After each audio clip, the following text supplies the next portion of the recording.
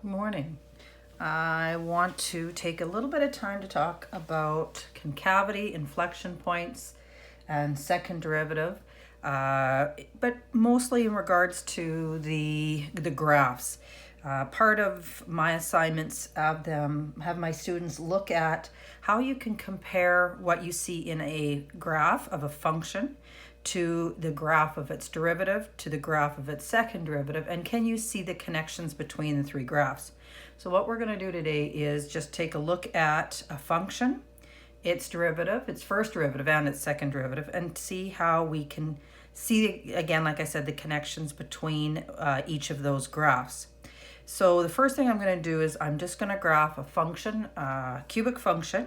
I'm going to go into my y equals. I'm going to do 1/3 x to the power of 3. And when we hit graph, we should see a function that looks something like this. This shouldn't be any surprise as to a cubic function. Now, when we talk about the graph, the y values, the function, we're very comfortable with each of the points along this graph are an ordered pair, an x and a y. But when we go to graph the derivative of this function, what is the graph of the derivative representing? And when we get to see the graph of the derivative, and remember that the derivative is describing how this graph is changing, how the slope looks, what the slope is like. And so if you were to talk about the cubic function that you see here, it has a positive slope, becomes flat to 0, and then continues to be positive again. And when we graph the derivative, we should be seeing values that are positive above the x-axis to represent the slope that was positive. We should see that derivative graph come down to 0, again to represent where the graph, the y values were 0, and the slope becomes positive again, so we should see that derivative go up and be positive as well. Now, when we graph something like the 1/3 x cubed, we could put into the calculator the derivative. We could figure out on paper what the derivative is and enter that equation.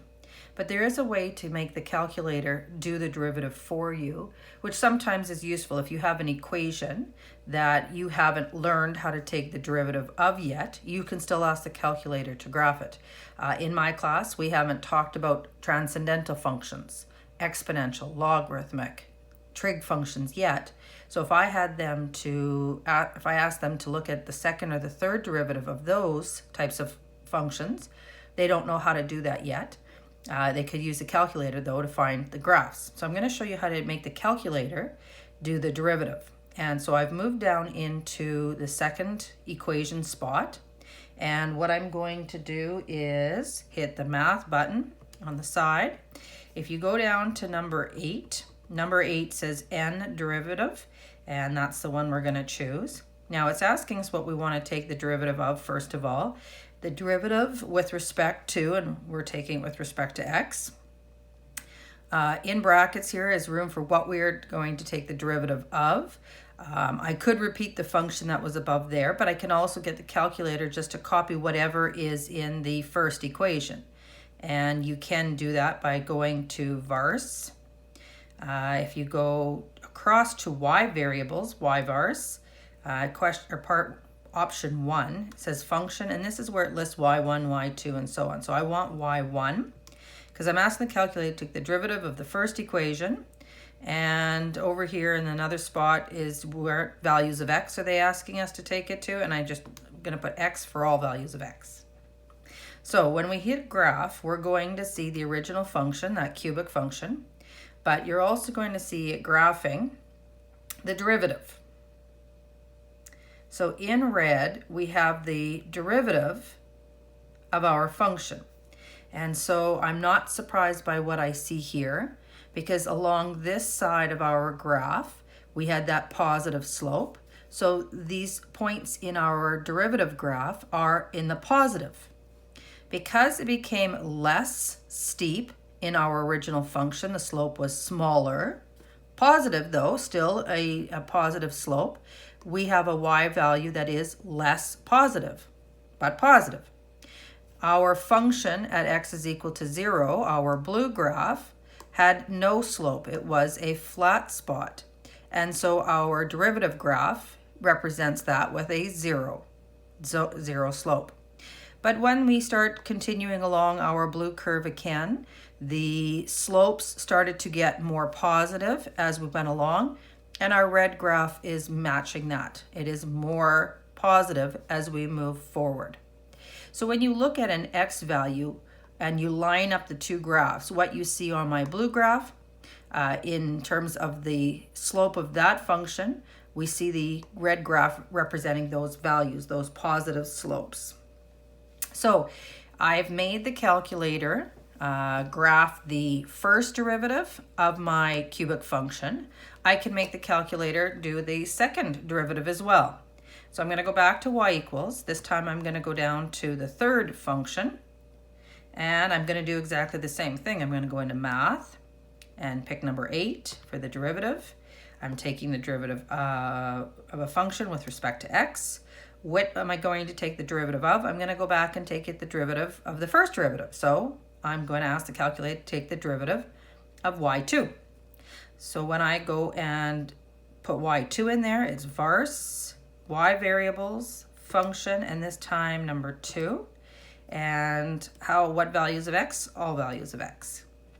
So the graph that we're going to see now is going to represent what is happening with our derivative, how our slope is changing. And so we're going to be talking about how the red graph is changing, how the red graph is slowly decreasing.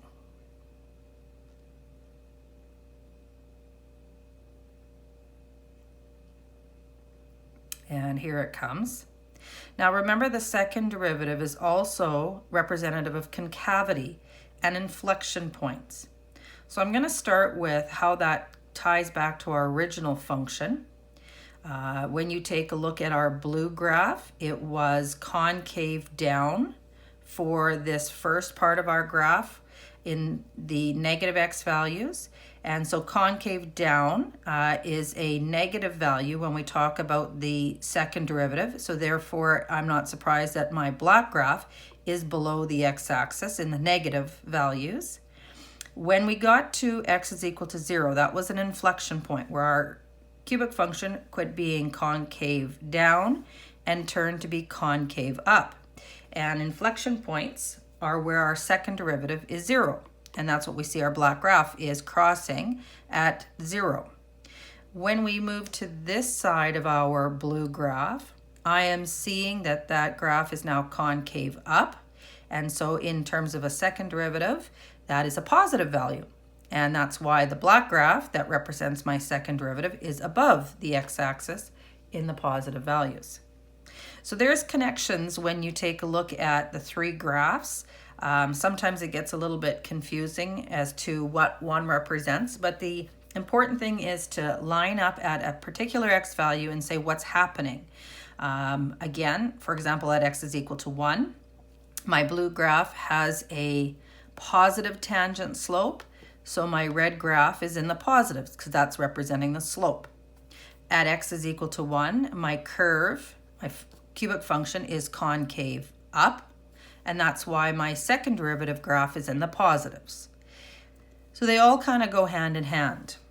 And so today, to finish off the section on concavity, inflection, and second derivative test, you're going to be asked to take a look at a few graphs and try and make some sense out of it. Sometimes it takes a little bit to practice with them, and sometimes it's making sense of the answers that you see there. But if you can make sense out of why they say that the graph is the way that it is, you should be able to feel that you have a good understanding of the graphs of a function and its derivatives.